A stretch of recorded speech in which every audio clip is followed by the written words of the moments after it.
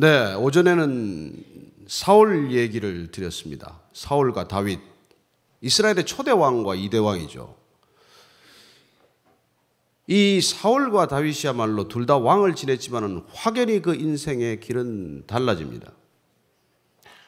마치 베드로와 가롯 유다가 예수님의 제자로 시작했지만 그 길이 확연히 달라지듯이 그렇게 길이 달라지고 마는 것이죠. 이유는 무엇입니까? 우리가 아는 대로 사울은 다윗에게 묶인 것입니다. 사울은 그 현직 왕이라고 하는 엄청난 권력과 그 모든 것을 쥐었음에도 불구하고 그는 다윗이라고 하는 한 목동 출신의 사람에게 붙들리고 만 것이죠. 사울은 천천히요, 다윗은 만만이라고 하는 그 사람들의 평가, 사람들의 시선, 사람들의 그 인정에 그는 빗나가고 말았습니다. 여러분, 인생은 결국 사람에게 붙들려서 사람에게 빗나가서 사람에게 결국 먹히고 마는 것이죠.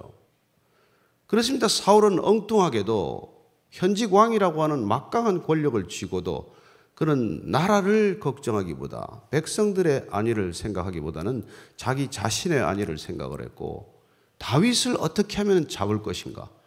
그래야 그는 특별한 추격대를 편성해서 3,000명이나 되는 막강한 정예 병력을 편성을 해서 다윗 한 사람을 추적하는데 온갖 열심을 다하고 맙니다. 그러나 그 다윗을 추격하다가 본인 자신이 2번이나 죽을 뻔한 고비를 겪었음에도 불구하고 다윗은 사울을 해하지 않았습니다. 소나기에 내 장중에 들어와서 단칼에 죽일 수 있는 사윗, 내 목숨을 노리고 나를 해하는 그 사울을 죽이려고 마음먹으면 단숨에 죽일 수 있지만 다윗은 그를 죽이지 않았습니다. 왜요? 다윗은 사울에 묶이지 않았기 때문입니다. 사울은 다윗에 묶였지만 다윗은 사울에 묶이지 않았고 그는 오직 하나님께만 묶였기 때문에 그는 사람으로부터 자유했던 것이죠. 그렇습니다. 오늘 우리가 읽은 짧은 본문은 시므이와의 관계를 말하고 있습니다. 시므이란 원래 다윗이 왕궁에 들어갔을 때 정말 충신인 것처럼 그렇게 행동했던 사람이죠. 그러나 다윗이 아들 압살롬의 반란에 맞닥뜨려서 기드론 시냇가를 울며 불며 건너갈 때 그 아들에게 배반을 당하고 아들이 모반을 일으켜서 왕좌에서 쫓겨나고 자신의 후궁 10명이 온 백성들이 보는 데서 아들에게 겁탈을 당하고 있을 수 없는 역사적 치욕, 개인적 치욕을 당하게 됩니다. 그러나 그런 상황에 정말 쫓겨가는 상황에서 어제까지도 충신인 것처럼 그렇게 행동해왔던 시므이라고 하는 작자가 이 돌과 흙을 던지면서 이 비루한 자야 더러운 사람아 이렇게 욕을 해대면서 쫓아오는 거예요. 그래서 경호대장 격인 아비새가 자를 죽여버리겠다. 저는 뭐 이 욕을 들으니까 속이 시원해. 저 개 같은 녀석. 제가 이게 목사 되고 나서 이게 욕을 못해서 좀 사실 근질할 때가 많은데 욕을 시원하게 한 거예요. 저 개 같은 녀석을 제가 단칼에 죽여버리겠습니다. 뜻밖의 다윗이 그렇게 말합니다. 내버려 두라 아비새야. 넌 무슨 상관이냐. 놀랍게도 다윗은 하나님께서 시므이를 통해서 나를 저주하라고 하시지 않았다면 저자가 어떻게 저주하겠냐는 겁니다. 그렇습니다. 시므이가 그렇게 더러운 사람아, 비루한 녀석아 그렇게 욕을 해대는데 그 욕, 저주를 들으면서 다윗은 지금 하나님의 음성으로 듣고 있는 것이죠. 하나님께서 허락하지 않았다면 어떻게 저자가 나한테 욕을 하겠느냐고 말하는 것입니다. 저는 제가 이렇게 늦게 예수를 믿었기 때문에 예수 믿기 전에는 욕을 너무 잘했어요. 저는 직장에서 한 3분쯤 정상적인 단어가 없이 욕만 들었고 또 제가 한 5분쯤 할 수 있는 사람이에요. 이 자리에서는 하지 않겠지만. 그래서 그 욕에 너무 익숙하고 욕을 듣는다고 뭐 그렇게 상처를 받지 않았어요. 또 제가 자라난 곳에서는 뭐 욕이 일상적인 언어여서 그냥 정상적인 말보다 욕을 훨씬 더 많이 쓰는 게 친밀감의 척도인 것처럼 여겨지는 그런 이상한 문화에 자랐기 때문에 욕이 뭐 그렇게 뭐 마음에 어렵거나 그러지 않아요. 그런데 이게 크리스찬이 되고 보니까 이거 말 한마디 잘못하면 나 상처받았네, 나 힘드네, 나 이 교회 못 다니겠네. 이러고 떠나는 거예요. 욕 듣는 게 뭐가 그렇게 힘이 든지 말이죠. 들을 수도 있죠. 욕 들을 수도 있죠. 오늘 이 다윗의 영성, 우리 최근에 떠난 유진 피터슨 목사님이 쓴 책에 보면은 현실에 뿌리 박은 영성, 그래서 다윗의 얘기를 다루고 있습니다. 그렇습니다. 다윗의 영성은 성전의 영성이 아니에요. 레위인의 영성이 아닙니다. 종교인의 영성이 아니에요. 그는 현실 그 자체에 뿌리를 둔 영성을 지녀온 사람입니다. 그는 하나님의 마음에 합한 사람입니다. 그가 죄를 안 지었겠습니까? 아니죠. 저와 여러분보다 어쩌면 죄를 더 많이 지었을 거예요. 그러나 그럼에도 불구하고 그가 하나님 마음에 합할 수 있는 까닭은 무엇입니까? 죄를 지을 망정, 죄악된 세상 가운데서 정말 온몸에 진흙덩이가 되도록, 진흙투성이가 되도록 뒹굴지라도 그는 하나님께 붙들렸기 때문에, 오직 그의 중심에는 나 자신보다도 하나님이 더 중요했기 때문에 그는 생명이 경각에 달리건 욕을 얻어먹건 그게 그렇게 중요하지 않다는 것입니다. 아무리 교회를 다녀도 내가 더 중요한 사람이 대부분이에요. 그래서 못 견디는 거예요. 나는 왜 교회에서 인정받지 못합니까? 왜 저 사람은 재직에 들어갔는데 나는 재직이 안 됩니까? 재직 안 하면 얼마나 편하고 좋은데 그러세요. 저는 이 시대 그리스도인들의 체질이 이렇게 약화된 이유를 저는 가끔 가다가 신기하게 생각을 합니다. 그리스도인이란 누굽니까?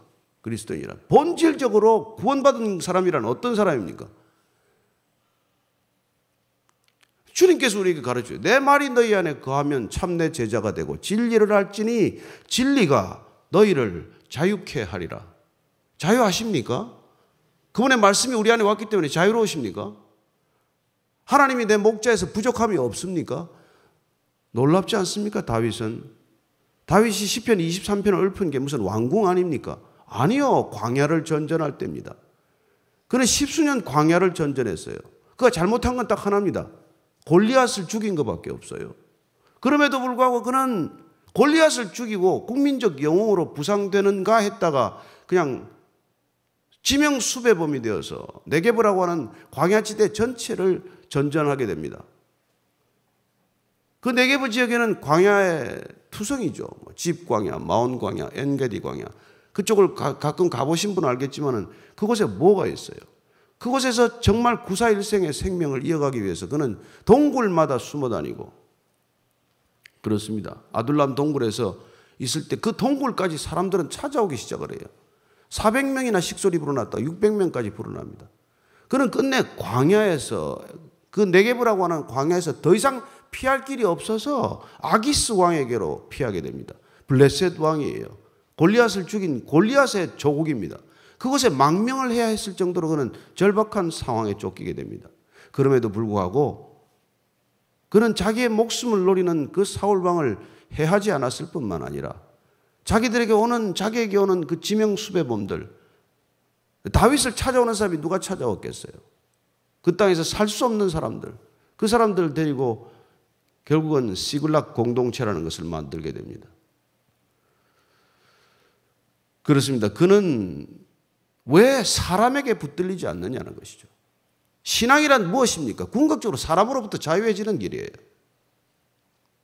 사람의 시선, 사람의 평가, 사람의 인정, 사람의 말 몇 마디, 그게 그렇게 중요하지 않다는 것입니다. 오히려 사람의 말을 분별할 수 있는 영적 분별력을 가지는 것이야말로 우리 신앙의 위대한 능력이에요. 말 한마디 들어보면 다 알지 않습니까? 저는 사람을 공부하기 위해서 술을 그렇게 먹었어요. 술 한 번 진하게 먹어보면 사람의 이게 성품이 다 드러나요. 술 취하면 가관이죠. 뭐 우는 사람, 욕하는 사람, 상을 들이없는 사람, 싸우는 사람, 별의별 게 다르요. 술은 상처를 드러냅니다. 자기 통제력을 잃어버리기 때문에 자기 자신을 다 드러내요. 그래서 꼭 술을 한번 먹어봐야 돼. 사람을 알려면. 제가 뭐 이렇게 포카를 좋아해서 도박을 많이 했어요. 도박을 하면 돈에 대한 태도가 다 드러나. 딸 때 치사한 사람, 이럴 때 치사한 사람, 둘 다 치사한 사람 다 드러나요. 다 드러나. 돈에 대한 태도를 못 속입니다. 다 돈에 대해서 거룩한 채하죠. 돈을 이기고 사는 것 같아. 아니요. 단 한 사람도 돈을 이기지 못합니다. 그래요. 제가 또 골프를 쳐보니 골프는 인티그리티가 다 드러나. 숲에 들어가서 알을 까는 사람 예? 필시 트리플 보기 이상했는데 보기 했다고 속이는 사람. 무슨 국회의원이고 장관이고 소용없어요. 다 속입니다. 다 속여요. 대한민국의 수준, 이 리더들의 수준은 골프 한번 쳐보면 다 드러나요. 정직성 없습니다. 나는 그게 너무 재밌어서 인간 견적서를 만들기 위해서 그걸 그렇게 열심히 했어요. 골프도 열심히 치고 술도 열심히 먹고 예수 믿기 전에. 지금 그렇다는 거 아닙니다. 그랬는데 정말 우리가 그리스도를 주라고 고백하고 그리스도께서 우리에게 약속하신 성령이 부어지면 여러분 그런 거 안 해도 다 알게 돼요. 영적인 분별력이 생기면 한마디 들으면 다 알게 돼요. 그렇지 않습니까? 그리고 비로소 우리는 말로부터 자유해지는 존재가 되는 것이죠. 하나님의 생명의 언어가 우리를 지배하기 시작을 하면은 인간이 쓰는 언어, 오염될 대로 오염되어서 들을 수 없는 언어, 물론 폭력적인 언어를 비롯해서 저속한 언어를 비롯해서 음란한 언어를 비롯해서 모든 언어가 얼마나 오염되어 있는지 모릅니다. 왜냐하면 언어 자체가 영적인 영성의 산물이기 때문에 그래요. 주님께서 말씀하십니다. 내 말이 곧 영이고 생명이니라고 말씀하십니다. 내가 내게 이런 말이 곧 영이요 생명이라고 말합니다. 우리는 그 말이 곧 생명이라는 것을 가끔 놓치죠. 그 말이 곧 영입니다. 주님의 말씀이 곧 영이에요. 주님의 말씀이 없는 성령은 성령이 아닙니다. 그렇습니다. 그 말 한마디를 통해서 우리는 모든 것을 분별하기 시작을 하는 것이죠. 다윗은 놀랍게도 그 말로부터 자유하는 인생을 어려서부터 살기 시작을 했어요.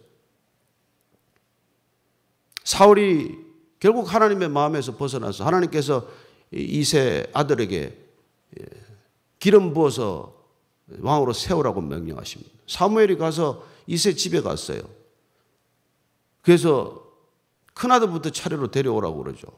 첫아들이 엘리압이 왔는데 키가 또 사울 왕만큼 컸어요. 어깨보다 머리 하나 좀 더 커. 생긴 게 용모가 준수했습니다. 기름을 부으려고 했어요. 그러나 하나님께서 나 여호와는 외모를 보지 않고 중심을 본다고 말씀하십니다.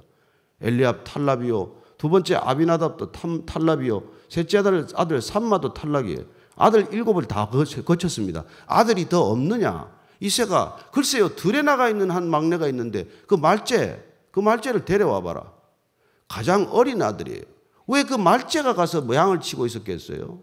여러분 이스라엘이 양치는 것은 가장 집에서 하기 싫은 일이에요. 누구도 양치는 걸 좋아하지 않습니다.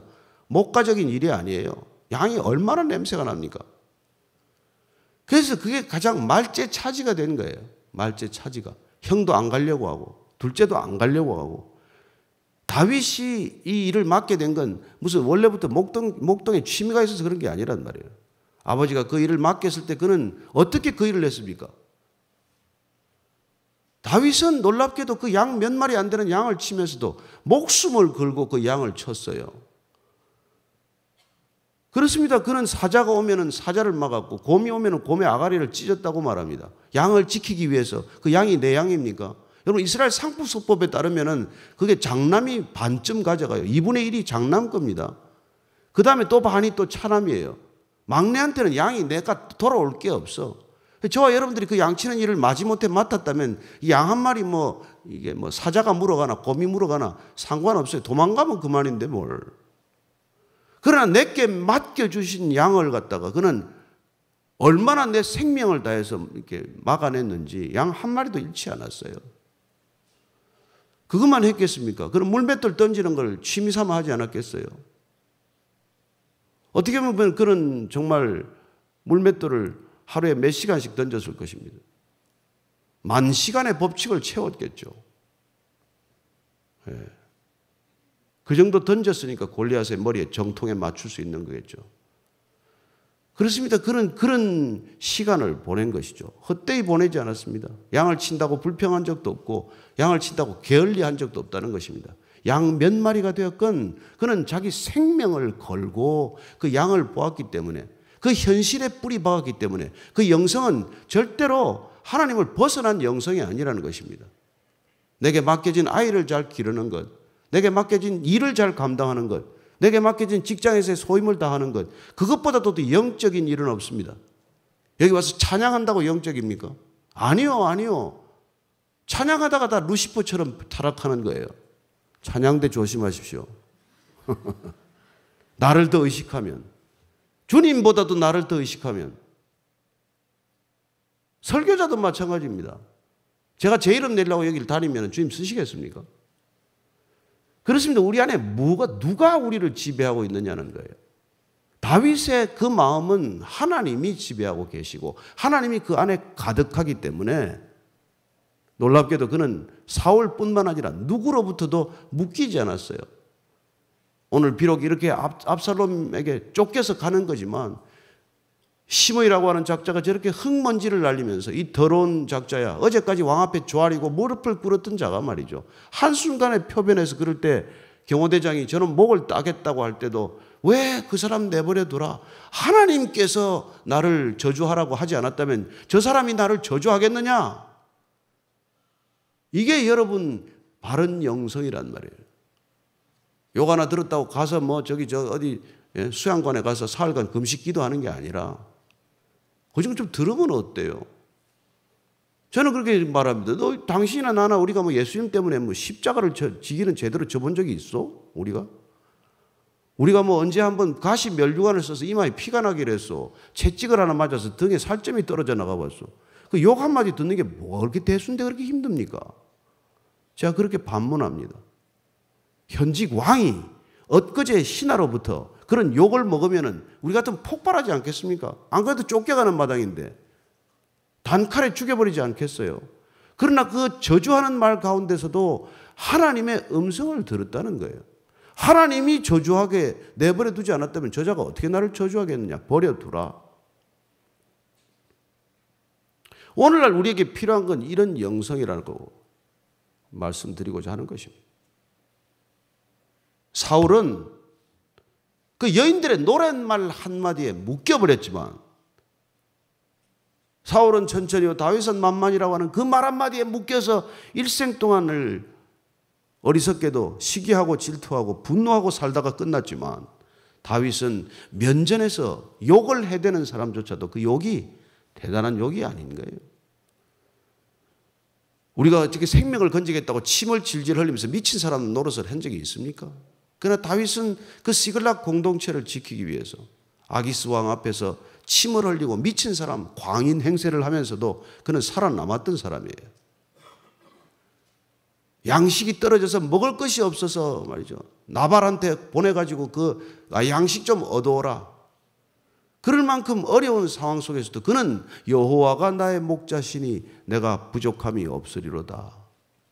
그가 나를 푸른 초장에 누이시며 쉴만한 물가로 인도하시는도다. 내 영혼을 소생시키시고 자기 이름을 위하여 나를 의의 길로 인도하시는도다.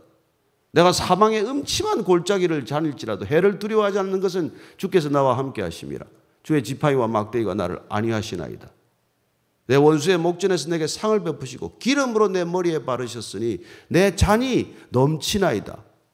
주의 선하심과 인자하심이 정녕 나를 따르리니 내가 여호와의 집에 영원히 거하리로다. 이 시편을 이렇게 읽고 아우슈비츠 수용소에서 그냥 걸어간 랍비가 있습니다. 여러분, 하나님의 말씀은 죽음까지도 우리를 자유롭게 하는 것입니다. 그렇습니다. 다윗은 사람의 말에 묶이지 않았기 때문에 그는 끝까지 하나님께 쓰임받는 사람으로 남았던 것이죠. 사람의 말에 묶였던 사울은 결국 하나님께 버림받고 맙니다. 그래서 우리는 그 말이라고 하는 영적인 이 놀라운 능력을 우리는 어떻게 사용할 것이며 세상은 어떻게 사용하고 있는지에 대해서 눈을 떠야 합니다. 오늘날 세상은 언어 폭력으로 가득합니다. 언어 파괴로 가득합니다. 말을 알아들을 수 없게 변질시키고 있습니다. 언어 자체가 사라질 위기를 맞고 있어요. 젊은 세대들은 대화도 잘 안 합니다. 마주 앉아서도 카톡으로 얘기해요. 참 비극적인 일이죠. 어른들도 따라가기 시작을 했어. 제 뒤에 어떤 장로님이 한번 탔는데 같이 타고 가다가 갑자기 카톡이 와서 보니까 장로님이 운전 좀 천천히 하세요. 참 세상은 좋아졌더라고요. 제 아내가 안방에서 카톡을 날려가지고 여보 이제 그만 자세요. 유유. 참 이런 시대를 살아가는 것이죠. 그러나 얼굴과 얼굴을 대면하여 우리가 이 얘기를 한다는 것은 왜 중요합니까? 대화 그 자체가 영적인 사건이기 때문입니다. 예수님께서 그 땅을 거니시면서 예루살렘 그 땅을 거니시면서 갈릴리 땅을 거니시면서 끊임없이 말씀하십니다. 그 말씀 가운데 그런 놀랍게도 생명의 씨앗들이 뿌려지는 것을 우리는 보게 됩니다. 그 말씀을 제대로 건진 사람들은 주님을 따랐고 그 말씀을 제대로 깨닫지 못한 사람들은 떠났습니다. 수많은 사람들이 그분의 말씀을 들었지만은 비유로 말씀하실 때 그 말을 알아듣지 못했고 그 말씀을 붙들지 못했고 그 말씀이 생명되게 하지 못했을 때 우리는 주님을 만나고도 주님을 배신하는 일을 겪게 되고 주님의 말씀을 우리가 기억하지 못하면 우리는 우리의 뜻을 구하기 위해서 날마다 주님을 뒤흔드는 것이죠. 어떤 사람은 말합니다. 기도를 열심히 해서 주의 보좌를 흔들어라. 주님의 보좌가 우리가 흔든다고 흔들립니까? 주님을 깨워라. 언제 주무셨나요? 그게 다 내 뜻을 구하기 위해서 주님을 괴롭히는 것이죠. 마태가 세리를 하면서 얼마나 슬펐겠어요. 원래 이름이 레위 아닙니까? 그랬던 그가 정말 이스라엘 백성에서 가장 천한 대접을 받고 무시당하고 창녀보다도 더 천하게 여겼던 그 세리의 직업 가운데 주님께서 찾아오셔서 나를 따르라. 그랬을 때 그는 마치 자석에 붙들린 쇳가루처럼 그를 따르기 시작을 합니다. 사실 그는 마태복음을 저술하면서 우리가 잘 아는 산상수훈을 5장, 6장, 7장을 기록하지만은 제일 먼저 그는 복이란 무엇인지를 기록하고 있어요. 복이란 무엇입니까? 심령이 가난한 자. 왜 마태가 그랬겠어요? 마태는 돈이 복인 줄 알고 돈 벌었던 사람이에요. 그러나 돈을 벌어봐도 행복하기는커녕 돈 벌어봐요. 사람들이 시기할 뿐이라는 것도 알아고 뭐 욕 듣는 것밖에 없다는 걸 안 것이죠. 그는 주님께서 하신 말씀들을 정교하게 편집합니다. 산상수훈은 한 곳에서만 얘기한 게 아니에요. 주님의 가르침을 어떻게 보면 첫 설교의 형식으로 그렇게 다 기록할 때 복으로부터 시작해. 복으로부터. 마치 시편 1편이 복으로부터 시작하듯이 그렇게 복이란 무엇입니까? 심령이 가난한 게 복이고 애통할 줄 아는 게 복이고 의에 줄이고 목마른 것이 복이고 긍휼을 베푸는 것, 마음이 청결한 것, 화평케 하는 것, 의를 위하여 박해를 받는 것. 세상이 어떤 걸 복이라고 말합니까? 그렇습니다. 우리가 주님으로 인해서 우리가 마음이 가난해진다는 것, 겸손해진다는 것, 그분이 우리 안에 거할 자리가 있다는 것. 무슨 가수처럼 가수의 무슨 얘기처럼 내 안에 내가 너무 많아 쉴 곳이 없는 곳이 아니라 내 안에 내가 사라져 주님만 가득할 수 있는 것. 그게 마음이 가난한 상태예요. 다윗이 그런 상태였기 때문에 그는 하나님으로 가득했고 하나님으로 가득했기 때문에 사람이 무슨 말을 하든 그런 영향을 받지 않았다는 것입니다.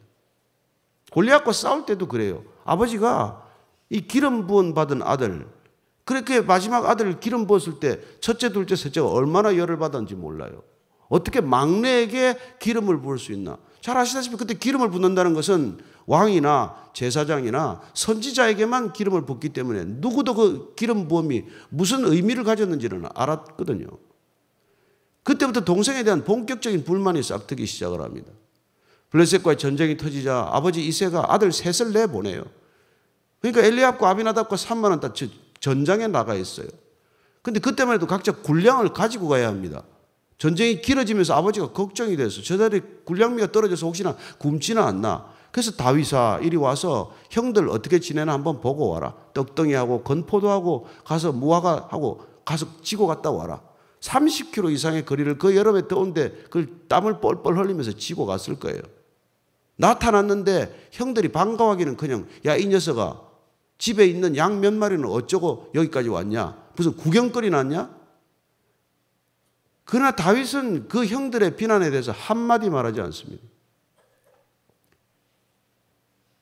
아버지가 심부름을 가라 그럴 때도 저 같으면 아버지 제가 어제 제가 아닙니다. 저는 기름 부음 받은 자입니다. 다윗은 기름 부음을 받았건 받지 않았건 그 자체가 그게 중요하지 않아요. 그는 이미 마음에 하나님이 가득한 사람이에요. 그 형들이 그런 비난을 퍼부었을 때 그는 대꾸도 하지 않습니다. 그가 만약 그 말에 열받아가지고 아니 내가 형들 말이지 내가 놀러 오기는 뭘 놀아 형들 이거 주러 왔는데 정말 나를 이렇게 열받게 하는구만. 그래서 물맷돌 하나를 먼저 꺼내서 형 엘리압의 머리에 맞췄으면 골리앗하고는 한 번도 싸워보지도 못하고 그는 소년원으로 가야 된단 말이에요. 누가 적인지를 그는 분명히 알았어요. 누가 아군인지를 분명히 알았어요. 그는 아군과는 단 한 번도 다투지 않았습니다. 서로 사울이라고 할지라도. 형 엘리압이 어떻게 적입니까? 가장 분별력을 잃어버린 게 교회예요, 교회. 하긴 뭐 저래 중들도 싸우기는 많이 싸우지만은 어떻게 교회가 교회끼리 싸울 수가 있고 교회 안에 내분이 일어날 수가 있냐는 말이에요. 완전히 피아에 대한 식별을 잃어버린 거예요. 누구를 시기해서 마땅합니까? 누구와 싸워야 마땅합니까? 어떻게 싸울 수 있습니까? 분별력을 잃어버린 것이죠. 함부로 말합니다. 다 분별력을 잃어버리는 것이죠. 이 교회에 영적인 존재가 다 들어있지 않습니까? 세상은 이미 그들의 영역이고 교회라고 하는 영역이 하나 남아있으니까 여기 다 새까맣게 붙어 있는 것이죠. 쥐고 흔들 때 입을 통해서 뒤를 흔들기 시작하는 것이죠. 예수님께서 가이사랴 빌립보 지방에서 야 사람들은 나를 누구라고 하냐 너희는 나를 누구라고 하냐 베드로가 정답을 말했죠. 주는 그리스도시요 살아계신 하나님의 아들입니다. 그래 바요나 시모나 복이 있는데 그건 말이야 사람이 알게 하는 게 아니야 하늘에 계신 아버지께서 알게 하는 거야. 그 말을 듣고 나서 그냥 우쭐해 있는 사이에 예수님께서 이제 내가 이 자들에게 십자가를 얘기해야 되겠구나. 나는 말이야 인자는 가서 사흘 동안 고난을 받고 핍박을 받고 죽고 나서 사흘에 부활해야 된다는 얘기를 했더니 뭐라 그럽니까? 주님 그러시면 안 됩니다. 야단치듯이 꾸짖듯이 말하는 베드로를 향해서 사탄아 내 뒤로 물러나라. 베드로에게 말합니다. 너는 사람의 일을 생각하는구나. 하나님의 일을 생각하지 않고. 주님을 위해서 그렇게 충직한 말이 어디 있어요? 주님 이제 얼마나 사역하셨다고 지금 십자가입니까? 그래도 한 10년을 하고 30년을 하셔야지 3년 사역하고 무슨 기초가 놓일락 말락 하는데 지금 십자가 얘기를 하십니까? 합리적인 얘기예요. 이성적인 얘기입니다. 그러나 그런 얘기를 들었을 때 주님께서는 그 얘기가 어디로부터 온 것이요? 사탄으로부터 온 거란 말이에요. 겟세마네 동산에서 땀이 피가 되도록 기도할 때도 사탄은 끊임없이 얘기합니다. 왜 네가 십자가를 져야 돼? 십자가를 졌다가 내려오지 그래. 요단강에 세례받고 올라오실 때부터 쫓았던 마귀가 떠난 적이 있습니까? 한 번도 떠난 적 없습니다. 마지막까지 겟세마네까지 따라붙어요. 그래서 그는 끝내 내 뜻을 꺾고 아버지 뜻을 이루게 해달라는 기도를 드리는 것이죠. 여러분 내 뜻을 구하는 곳에는 사탄의 역사가 있을 뿐입니다. 우리가 그 뜻을 꺾지 않고 하나님의 뜻을 이룰 수 있는 방법은 없어요. 그러니 누군가 좋은 얘기를 하는 것 같지만 그 얘기는 보면은 다 넘어지게 하는 얘기란 말이에요. 우리의 영적 분별력이란 다수 여론을 따르는 길이 아닙니다. 많은 사람의 의견이 옳은 게 아니에요. 교회가 교회답지 않아지는 지름길이 다수결입니다. 왜 다수결이에요? 하나님 한 분이 옳지 인간 전체가 옳습니까? 여러분 뇌물 안 받는 단 한 사람이 옳지 뇌물 받는 99명이 옳지 않다는 거예요. 우리가 가는 길은 그렇게 만만한 길이 아닙니다. 오늘 이 땅에 있는 젊은이들이 정말 교회를 다닌다는 것은 세상에 나가서 순교하라고 부른 사람들이에요. 나가서 저도 살아보지만 여러분 쉽지 않습니다. 월급만 가지고 산다는 거 불가능한 일이에요. 우리 구조가. 제가 말씀대로 살아보려고 기자 시절에 이제 더 이상 촌지를 받지 않겠습니다. 청와대에서 보낸 것도 다 돌려보냈어요. 내가 당신을 위해서 기도할 망정 이제 돈 안 받겠다. 그런 정치하지 마라. 점심값이 없어서 제가 그냥 물 몇 잔 먹고 만 적도 있어요. 왜냐하면 월급이란 게 또 부인 계좌로 들어가지 내 구자에 들어온 게 있습니까? 그렇다고 어느 부인이 또 나간다고 잡비를 줍니까? 말씀대로 산다는 것은 여러분 그런 고통스러운 시간들을 겪는 거예요. 그러나 그럼에도 불구하고 그분이 내 안에 있기 때문에 내 형편과 처지가 풀렸어가 아니라 하나님이 나와 함께 하시기 때문에 부족함이 없다고 고백하고 선언하는 것이 우리의 신앙인 줄로 믿습니다. 여러분 잘 돼서 무슨 하나님을 찬양하는 거 누가 못합니까? 아들이 아이비리그 가고 남편이 승진하고 주식한 거 투자한 거 다 대박이 나면 누가 하나님을 찬양하지 못하겠어요? 되는 일이 하나도 없지만 병이 걸려도 병이 낫지 않고 남편은 정년퇴직 당하는 게 아니라 명예퇴직을 당하고 아이는 삼수를 하고 되는 일이 하나도 없지만 그러나 하나님은 하나님이시기 때문에 하나님은 전능하시기 때문에 그분은 하나님이시라고 고백하는 게 우리의 신앙 아닙니까? 그럴 때 우리는 하나님께서 일을 어떻게 풀어가시는지 전능한 하나님을 전심으로 의뢰하는 우리의 믿음을 보시고 어떻게 일을 해나가시는지를 보는 것, 목격하는 것 이상 우리의 신앙이 뭐 있습니까? 우리가 주도적으로 할 일이 뭐가 있습니까? 신앙은 그런 점에서 위대한 체념이고 수동형이에요. 내가 무슨 일을 벌리는 게 아닙니다. 그러다가 다 앞서가다가 다 넘어지는 것이죠. 사울은 앞서가지 않았습니까? 번제를 자기가 번뜩 드리고 말이죠. 하나님의 음성보다 앞서가다가 망하는 길을 간 것이고 늘 하나님 뒤를 따르기로 결정한 다윗. 그러나 그 다윗이 하나님을 따르다가 잘된 게 뭐 있습니까? 왕궁에 들어가기 전까지는 고난과 고난의 연속, 이해할 수 없는 고난, 요셉과도 같은 고난, 그런 고난들을 겪지만 그 고난 가운데서도 그는 하나님을 배신한 적이 없고 오히려 그 형들에게 그런 말을 들었지만 그는 꿋꿋이 사정을 살피고 무슨 일이 일어났는지를 알고 그랬더니 그 골리앗이 하나님의 군대에 이스라엘을 모욕하는데도 불구하고 단 한 사람도 항변하지 않는 것을 보고 분노하기 시작합니다. 어떻게 저 야만인이 어떻게 저 블레셋 사람이 말이지 하나님을 조롱할 수 있냐? 어떻게 저 블레셋 군사 한 명이 하나님의 백성들을 조롱할 수 있냐? 이게 그냥 화가 나기 시작을 한 것이죠. 그 자신의 명예가, 그 자신의 이름이, 그 자신의 자존심이 무참히 짓밟혔다고 화를 낸 것이 아닙니다. 마땅히 화를 내야 할 일에 그는 화를 내었고 나를 위한 일에 화를 내지 않았다는 거예요. 그랬기 때문에 오늘 시므이가 현직 왕에게 여전히 망명길에 올랐지만은 왕인 이 왕에게 대어들어서 말이죠. 이런 얘기를 하는데 그 가운데서도 하나님의 음성을 듣는 사람이 된 것입니다. 내 마음에 하나님이 가득하면 여러분 돌들로도 소리 질러도 찬양 소리가 들릴 줄로 믿습니다.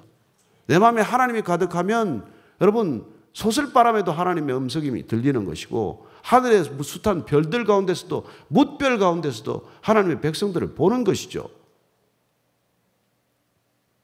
신앙이란 얼마나 위대한 능력입니까? 그 능력의 본질은 무엇입니까? 나로부터 풀려난 거예요. 사람의 말에 붙들리지 않는 거예요. 그런 놀라운 다윗의 능력은 그 자신에게 비롯된 게 아니에요. 하나님을 의뢰했기 때문에. 그렇습니다. 그래야 그는 골리앗을 향하여 달려갈 때 너는 칼과 단창으로 나오지만은 나는 만군의 여호와의 이름으로 나아간다고 말합니다. 하나님의 이름, 그 하나님은 족한 것이죠. 그렇습니다. 하나님의 이름만으로 여러분이 족하다고 고백할 수 있게 되기를 바랍니다. 그게 복이에요. 그게 복이에요. 성전 미문에 앉은 날 때부터의 안전뱅이를 향해서 어느 날 베드로와 요한이 가다가 그를 유심히 바라보고 일어나 걸어라. 은과 금을 바라는 그에게 은과 금은 없지만은 내가 내게 있는 것으로 주노니 나사렛 예수 그리스도의 이름으로 일어나 걸어라. 그렇게 명령할 수 있는 우리의 신앙이 되어야 한다는 것이죠.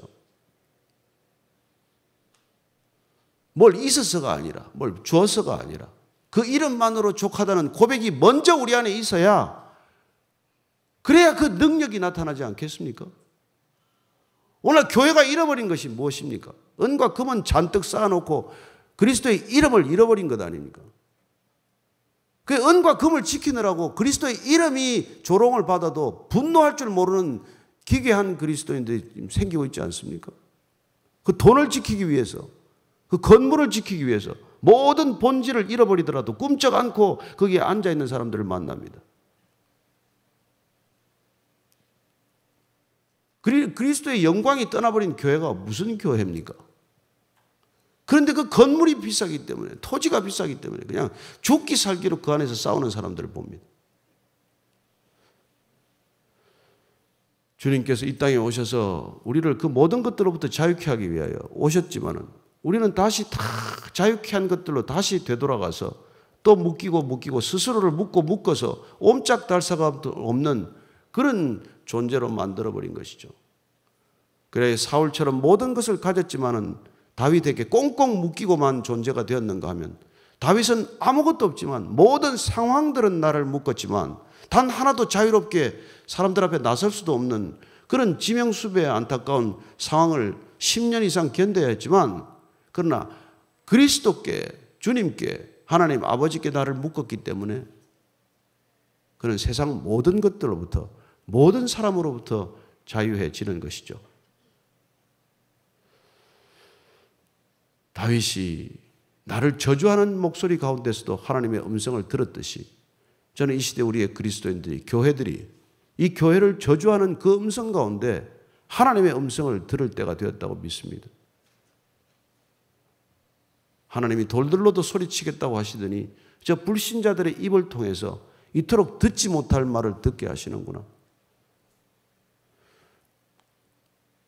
내 자신이 그 현장에 없었을지라도 내가 그 교회에 출석하는 성도가 아닐지라도 우리의 하나님이 교회가 조롱당할 때 내 안에 분노가 일어나야 하고 그 거룩한 분노 때문에 기도의 자리에서 통곡해야 하고 그래야 이 땅에 조금이나마 소망이 흘러가지 않겠습니까? 저는 이 여의도 땅에서 저도 이게 MBC에 있으면서 말이죠. 그 당시에는 예수 모를 때는 밤마다 술집을 전전했던 사람이지만 그러나 주님을 알고 보니까 이 땅이 여러분 이 여의도가 이게 어떤 땅입니까? 정치 권력이 저기 다 있습니다. 금융이 여기 다 있어요. 연예인들은 좀 떠났지만 돈과 권력이 여기 여의도에 있지 않습니까? 그 돈과 권력을 지배하고 있는 사탄의 세력이 강력하게 역사하는 곳 아닙니까? 왜 여기다가 교회를 두셨겠습니까? 제가 70년에 대학 다닐 때 여기 처음 왔을 때 여의도에 아무것도 없어요. 여의도에 시범 아파트 딱 하나 있었어요. 그때 하나님께서는 그 아파트와 함께 이 교회를 지으셨다면은 이 땅 가운데 미리 사람들을 보내셔서 여의도가 어떤 땅이 될 것을 아시고 여의도에 몰려올 돈과 권력을 하나님께 영광을 돌리는 것으로 늘 기도하고 그 백성들을 통해서 이 땅을 뒤흔들고자 하는 계획이 아니었다면 왜 여러분들을 이 땅에 들여보내셨겠습니까? 제 말이 하나도 안 믿기는 표정들이네. 슬프게도. 저는 다시 한번 우리 여의도 침례교회가 침례교회서가 아니라 하나님의 교회이기 때문에 다시 분연히 떨쳐 일어나게 되기를 축복합니다. 일어나서 빛을 발하라. 일어나 빛을 발하라. 여러분들 일어나서 다 빛을 발할 수 있는 존재입니다. 너희는 빛이 될 것이요 소금이 될 것이요가 아니에요. 우리가 그리스도를 영접하는 순간 그분으로 가득한 순간 우리는 빛이요 우리는 소금이라고 정체성을 알려주셨습니다. 그래야 나이에 상관없이 여기 보니까 연세가 드신 분도 있고 젊은 청년도 있고 그러나 요엘 선지자가 말씀하신 대로 우리가 말이죠. 늙은이가 꿈을 꿀고 젊은이가 비전을 보고 함께 일어나 빛을 발하는 교회가 되기를 축복합니다. 그러려면 주의 말씀으로 충만해야 합니다. 그리스도의 말씀이 우리 안에 차고 넘쳐야 합니다. 그때 우리는 사람에게 붙들리지 않는 거예요. 그때 우리는 주님께서 말씀하신 대로 너희들이 세상에서는 나를 따르면 반드시 환난을 만나게 될 거야. 너희들이 이 세상에서는 환난을 만나지만은 그러나 담대하라. 내가 세상을 이겼노라. 예, 이미 세상을 이기신 그분이 우리와 함께 하시는 줄로 믿습니다. 우리는 그분이 이기신 것을 목격하는 증인이 된 것으로 믿습니다. 우리 자신이 이미 그분과 함께 이긴 존재로 이 세상을 우리가 담대히 나가야 하나님이 증거될 것 아니겠습니까? 우리는 더 이상 세상이 부려워서 세상으로 가는 존재가 아닙니다. 세상에 구할 게 있고 얻을 게 있고 찾을 게 있어서 가는 게 아니에요. 우리는 구하고 찾고 두드리는 것이 세상이 아니지 않습니까? 너희는 내게 구하라, 내게 찾으라, 나를 두드리라는 것 아닙니까? 우리가 세상을 구하고 찾고 두드리기 위해서 교회 와서 주님의 보좌를 흔드는 사람이 아니라는 것입니다. 우리는 부족함이 없기 때문에 주님과 함께 씨름하는 것이죠. 그 기도의 씨름 자리는 씨름의 자리고, 마치 야곱이 천사와 함께 밤새 씨름을 했듯, 그런 씨름의 자리는 저들도 축복해 주소서, 저들도 하나님을 알게 해 주소서, 이 땅에 하나님을 아는 지식이 편만하게 하소서, 온 땅에 하나님의 영광이 비치게 하여 주소서, 그걸 위해서 우리가 뒤고 흔드는 존재가 되는 것이죠. 놀랍게도 이 저녁에 저는 그런 기도가 드려지게 되기를 축복합니다. 하늘을 흔드는 건 그런 기도가 아니겠습니까? 짙은 어둠이 깔려 있습니다. 여의도는 특별히 더 짙은 어둠이 깔려 있어요. 기도가 아니고서는 뚫고 올라갈 수 없는 이 짙은 어둠을 젊은이들이 정말 찬양과 기도로 말씀으로 뚫어내지 않으면 이 땅에 지금 무슨 소망이 있습니까? 이 땅에 청년들이 무슨 소망이 있다고 세상에 가서 구하고 찾고 두드리게 하겠습니까? 그들로 하여금 함께 우리가 주님께 구하고 찾고 두드릴 때 주님께서 그러면 너희는 얻을 것이요 찾을 것이요 열릴 것이라고 약속하시지 않으셨습니까? 그 약속한 바 그 말씀을 붙들고 우리가 그분과 함께 담대히 세상으로 나갈 때 저는 세상이 바위 쪼개지듯 쪼개질 것이라고 믿습니다.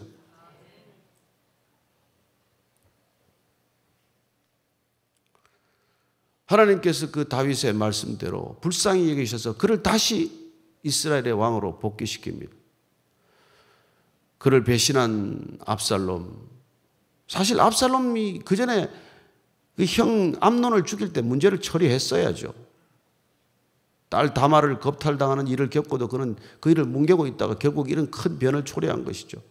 그러나 그런 압살롬이지만 압살롬이 죽었을 때, 그 자랑스러운 머리가 수풀에 걸려서 죽었을 때 그는 압살롬을 향하여 통곡합니다. 내 아들 압살롬아, 내 아들 압살롬아, 내가 죽었어야 할 터인데. 그렇습니다. 위대한 신앙이지만 그는 정서가 메마르지 않았습니다. 그는 슬픔이 없는 사람이 아니에요. 인간적인 감정이 없었던 건 아니죠. 모든 감정을 가지고 있습니다. 심의 괘씸한 작자, 이 사람은 어떻게 처리한지 아시죠? 결국 그 부하들 앞에서 용서했지만 나중에 솔로몬을 불러서 정말 밀지를 내리는 것이죠. 너 요압 조심하고 이 심의는 반드시 처리해라. 내가 살려뒀지만 솔로몬은 감당 못할 사람이거든요. 하나님의 나라 왕국을 위해서는 있어서 안 될 사람이다. 결국 솔로몬의 손을 통해서 그들은 죽게 됩니다. 그러나 어쨌건 그가 사감에 붙들려서 그 복수하느라고 시간 보내지 않고 그 사람의 말에 묶여서 대의를 그르치지 않았기 때문에 그는 끝까지 하나님께 붙들린 사람으로서 하나님께 쓰임을 받은 것이죠. 저와 여러분들이 이 자리에 모인 까닭은 우리의 뜻을 이루고자 해서 모인 것이 아닙니다. 내 뜻을 이루는데 하나님의 능력이 필요해서 모인 사람들이 아니라는 것입니다. 우리는 하나님의 뜻을 알고 하나님의 뜻을 이루기 위해서 부름받았기 때문에 모인 것이고, 우리가 흩어지면은 우리가 가 있는 곳마다, 서는 곳마다, 삶의 자리마다 아버지의 뜻이 분명히 드러나고 밝혀지고 이루어지는 것을 목격하고자 하는 열망에 사로잡혔기 때문에 이 자리에 온 줄로 믿습니다. 이 땅의 청년들이 단 두세 사람이라도 주님의 이름으로 모여서 구할 것은 하나님의 나라요, 하나님의 뜻이요, 하나님의 계획 아니겠습니까? 다행히 청년들이 아직도 있는 교회, 그런 교회들이 많지 않습니다. 우리의 믿음이 청년들 다음 세대에 이어지지 않으면 무슨 소용이 있겠습니까? 저는 강남에서 예배를 드리는 게 있습니다만 아침마다 갈 때마다 그 신사동 사거리가 난리예요. 밤을 새우는 젊은이들 말이죠. 제가 오늘 더 충격적인 얘기를 했어요. 클럽이 12시가, 낮 12시까지 한대네. 야, 이제 밤새는 걸로 부족해가지고 낮 시간까지 영업을 연장했대요. 우리가 정말 그 다음 세대가 술집에서 밤을 새우는 열정으로 밤새 민족을 위해서 기도할 수 있는 청년이 되면 어떤 일이 일어나겠습니까? 저는 교회에 이렇게 앉아있는 청년도 중요하지만은 거기 있는 청년들 위해서도 기도해야 돼요. 사실 일찍 교회 와 있는 사람들은 4기통이에요. 거기 8기통, 12기통은 거기 가 있어요. 네? 그 엔진 사이즈가 큰 애들이에요. 하나를 구해도 거기서 건져와야 돼, 건져와야 돼. 저는 제 아내가 일생 동안 전도한 건 나 하나밖에 없지만 내가 용서하기로 했어요. 나를 통해서 내가 많은 사람들을 전도하고 있으니까 내 열매가 아니라 당신의 열매니까 내가 용서한다고 그러는데, 저는 우리가 정말 주님의 마음으로 이 시대를 우리가 흔들어 깨울 때 우리의 뜻을 구하기 위해서가 아니라 그분의 뜻을 알고 그분의 계획이 이루어지도록 하기 위해서, 우리의 뜻을 끊기 위해서, 우리의 야망과 탐욕과 탐심을 끊기 위해서 이 기도의 자리가 때로는 눈물의 바다가 되기를 축복합니다. 그럴 때 하나님께서 어떻게 문제를 풀어가시나 이걸 경험해야 돼. 제가 MBC의 이제 부국장이 돼서 제가 은혜를 받고 보니까 뭐 이런 게 자리가 하나도 욕심이 나지 않아요. 그래서 제가 이제 보도국을 떠나려고 마음 먹었습니다. 떠났는데 그때 이제 뭐 하나님께서 정말 뭐 일도 없는 데를 이렇게 이제 발령이 나게 돼요. 통일문제연구소, 그때 통일연구소를 내세웠어요. 근데 거기 이제 이제 소장이 하나 발령이 나고 그 사람이 이제 저를 밤에 찾아왔어요. 자기가 8명한테 좀 부소장 자리를 제의했는데 단 한 사람도 안 온다는 거예요. 가질 리가 없죠, 거기에. 그래서 제가 얘기를 듣다, 그 사람 성당에 나가는 사람이에요. 그래서 제가 당신이 최근에 크리스찬이 됐다는 얘기를 듣고 자기가 반가운 마음으로 와서 부탁을 한다고. 뭐 그 얘기 때문에 또 필요할 수도 없게 됐지만, 그래서 제가 기꺼이 가겠습니다. 그래서 거기 가 있는 동안에 제가 뭐 이렇게 북쪽의 미나협 사람들하고 만나도 북경의 캠피스키 호텔에서 그런저런 일을 많이 했는데 저는 북한에 입국 비자가 안 나오는 거예요. 제가 퍼스널 히스토리가 이게 너무 이게 친북적이 아니라는 이유로 이 비자를 안 내주는 거예요. 그래서 이제 그쪽에서 이제 또 그 자리마저도 또 못 있게 됐어요. 못 있게 됐는데 결국은 이제 보도국으로 다시 돌아오래서 돌아왔는데 부국장이 2명인데 이제 동기가 2명이 부국장이 된 거예요. 평생도록 같이 술 먹으면서 친구처럼 지냈는데 딱 그 두 자리가 되니까 친구가 어디 있어요? 이 친구가 저를 쳐다보는 눈초리가 심상치 않아. 아니 눈초리도 맞추지 않고 말도 잘 안 섞어요. 그래서 참 마음이 불편하기 시작해서 주님께 어느 날 기도를 드렸습니다. 주님, 참 저는 떠나도 좋습니다. 저 사람은 뭐 국장이 되든지 사장이 되든지 주님이 알아서 쓰시고, 저는 저렇게 나를 불편히 여기는 사람하고 내가 여기 있을 이유가 없지 않습니까?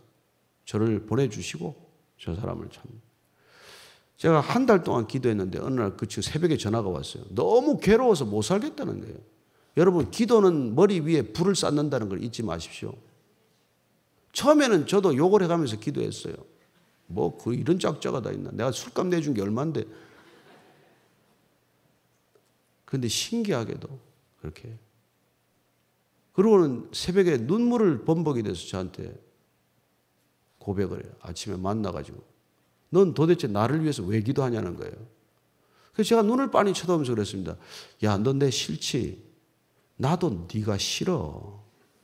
내가 좋아서 기도하는 게 아니야. 근데 내 안에 계신 예수님께서 너를 위해서 기도하라고 해서 하는 거야. 나는 너를 좋아하기가 힘들지만 예수님은 너를 사랑하셔. 그러고 끝났어요. 그러고 나서 저는 MBC 사상 처음으로 부국장에서 자회사 사장으로 발령이 났어요. 그런 일은 없습니다. 다 국장급에서 발령이 나는데. 어쨌건 저는 보도국을 떠나게 됐지만 그 친구랑은 지금까지도 연락을 주고받는 친구가 됐어요. 제가 지난번에 한 2달 전에 광주에서 집에 연합 집회를 하는데 그 자리를 찾아왔어요. 자기가 아직 예수는 믿지 않지만은 뭐 절에 다니고 뭐 이러면서 계속 아직까지 이렇게 교회를 나오진 않지만 제가 집회하는 현장까지 찾아와서 설교를 듣고 뭐 하여튼 뭐 감동을 받았다고 그런 얘기를 해요. 그리고 걸핏하면 이제 문자가 와요. 사랑하는 친구야. 좀 젊을 때 잘하지. 둘 다 떨려나가지고 이제 사랑하기에 너무 늦지 않나. 이런 생각도 들지만은. 그러나 저는 친구를 하나 얻은 것이죠. 저는 여러분들이 정말 그리스도인들이 이게 자칫 잘못하면 헤어지면 보지도 않아. 무슨 뭘 원수지간이 되는 걸 내가 너무 많이 봐가지고 이건 보통 일이 아니에요. 교회만 다른 교회를 가도 그냥 원수가 돼, 원수가 돼.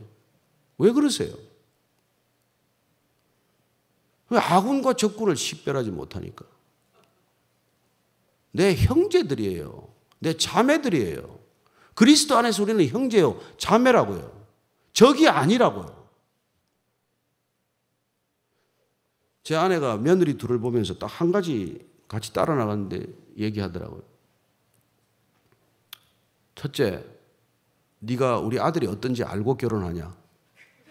나는 절대로 AS 이제 안 한다. 이제 네가 책임져야 된다. 나한테 와서 하소연하지 마라. 두 번째, 너 나하고 적이냐 아군이냐 물어봐요. 며느리 보고, 될 사람 보고. 그 며느리가 웃으면서 아이 뭐 저희들이 뭐 아군이죠. 그러면 아군끼리 총질하지 말자. 한 가지만 명심하자. 너 어디 가서 내 얘기하지 말고 나는 어디 가서 네 얘기 절대로 내가 나쁜 얘기 안 할게. 아군은 전장에서 총을 맞아서 쓰러지면 끝까지 그 부상한 아군을 데리고 가는 거야. 그게 아군이야. 알아? 넌 아군이라 그랬으니까 우리는 그렇게 사는 거야. 이것만 하나 분명히 하자. 그리고 하나도 마음에 안 드는 두 며느리를 받아들였어요.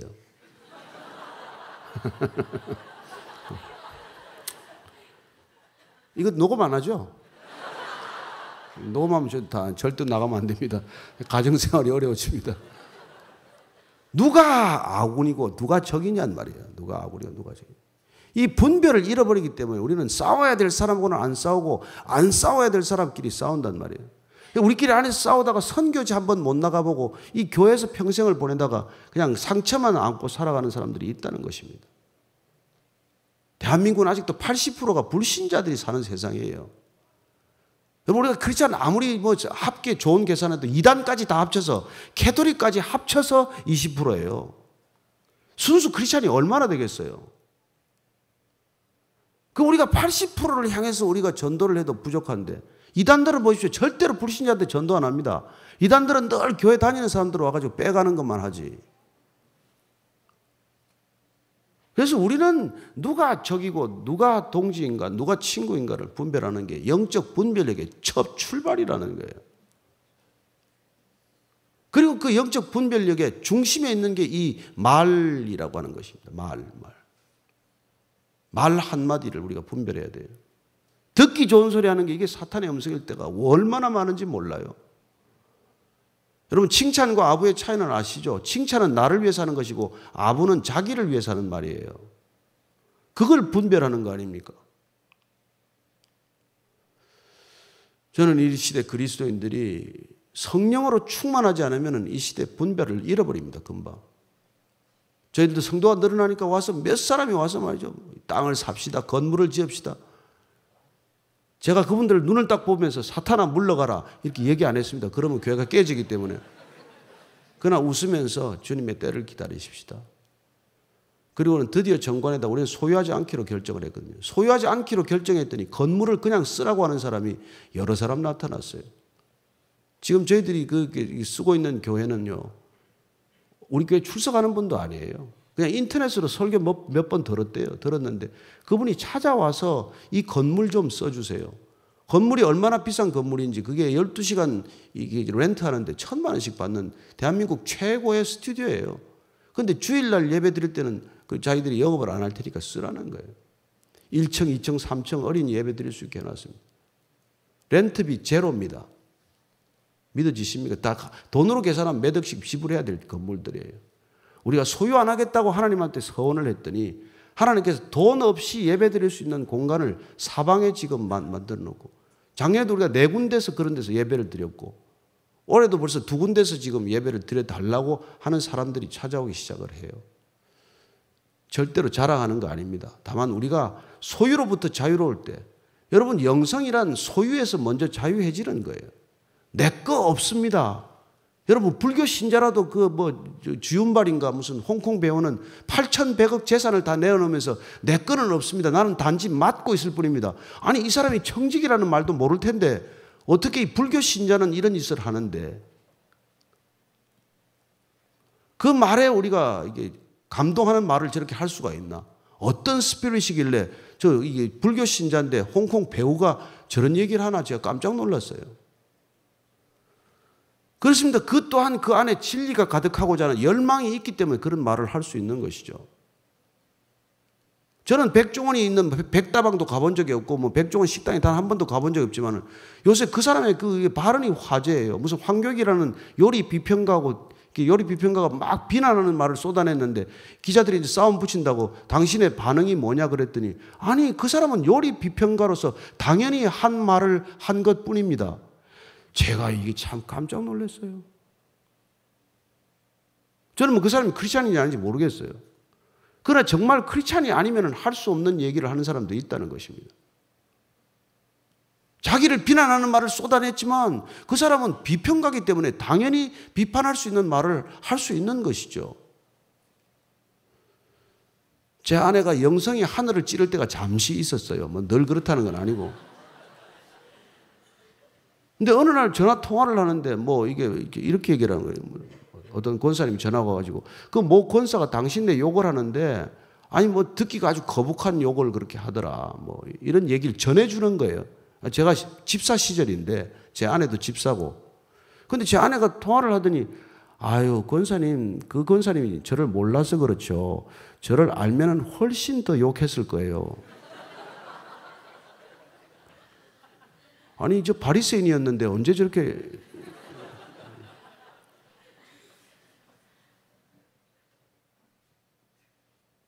제가 그날 하나님의 음성을 들었습니다. 욕을 들을 때는 이렇게 반응하라는 거구나. 나를 몰라서 요 정도 욕을 하지 나를 속속들이 알았으면 훨씬 더 욕을 할 수밖에 없는 존재구나 우리라는 게. 아시겠습니까? 저나 여러분이. 더 놀라운 거는 그분이 그 일이 또 입이 전해졌어요. 야 그렇게 얘기를 하더라. 이 얘기가 돼가지고 우리가 신학교 가 있다가 신학교 돌아와서 차가 없어서 걸어 다녔어요. 제가 한때 그런 때가 있었는데 그분이 자기 타던 차를 보내왔어요. 그리고 1년 있다가 새 차를 하나 뽑아왔어요. 뭐 좋은 차는 아니지만. 왜 그러냐 그랬더니 자기가 타던 차를 준 게 너무 마음에 걸려가지고 기도를 하는데 하나님이 너 타다가 차 바꿀 때 되니까 그걸 줬냐? 그런 생각이 들어서 새 차, 자기가 타는 차하고 똑같은 차를 하나 가져온 거예요. 여러분 말 한마디 때문에 나는 그 사람이 욕하는 것보다 훨씬 더 나쁜 사람입니다. 나를 제대로 몰라서 그 정도 욕을 할 뿐이죠.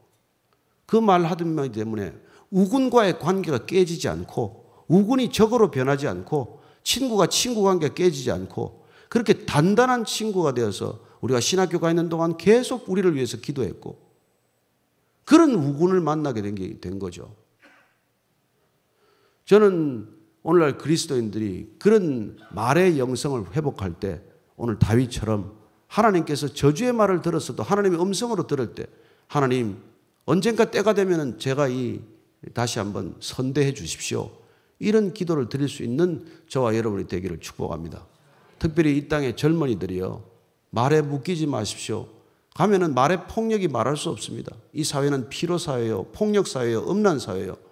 수없는 말들이 우리를 시험에 들게 하지만 하나님으로 가득할 때, 하나님의 언어로 가득할 때, 하나님의 말씀으로 가득할 때 이 세상의 언어 폭력을 이길 줄로 믿습니다.